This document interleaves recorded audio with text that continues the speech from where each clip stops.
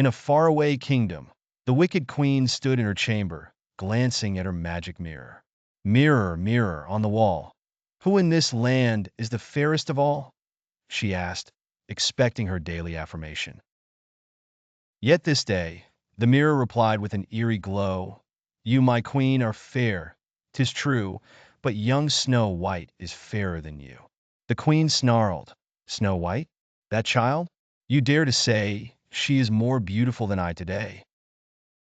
Her beauty will not outshine my own. I wear the crown. This throne is mine alone." As she paced in fury, clenching her fists, she muttered to herself, "How dare she? How can this be? Her beauty grows too rapidly." Her mind churned with plans as she foretold her deadly intent. "My huntsman shall be my tool, to rid me of this foolish girl." Nearby, unheard by the queen, Snow White gasped silently, hidden behind the door. The scene shifted to the forest, dark and forbidding.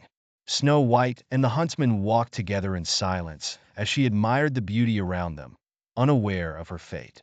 "Oh, how lovely the woods can be," she said cheerfully, "with birds and flowers so wild and free." The huntsman was grim, his heart heavy with the burden of his task. As they walked, he battled within himself. "How can I harm this innocent maid? Her beauty and kindness never fade." Falling to his knees, he finally confessed to her, "Forgive me, Snow White, for what I must say. Your stepmother ordered your life today." Stunned, Snow White listened as the huntsman revealed the queen's envy and hatred. He urged her to flee. "Flee now, child, far over yonder hill." Grateful for his mercy, she promised to run and never show her face again. With a last glance, she disappeared into the woods. Back in the queen's chamber, the queen questioned the mirror once more. "Who in this land is the fairest of all?" she demanded. But the mirror calmly defied her, revealing that Snow White still lived beyond the forest, beautiful and free. "Impossible!" the queen raged, as realization dawned that the huntsman had failed her commands. "If my huntsman could not end her life, then I shall wield a sharper knife." With a twisted smile, she plotted to take matters into her own hands. In the forest, Snow White lived in peace near a dwarf's cottage when one day, an old woman appeared at her door. "Hello, my dear. I've traveled far, with gifts for you from where I are." The old woman, the queen in disguise, offered her a basket of apples. Snow White, unsuspecting, welcomed her kindly.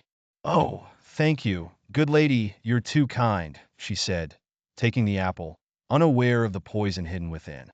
As she took a bite, her world spun, and she collapsed on the floor. Laughing coldly, the old woman, now revealed as the queen, left her there, motionless and silent.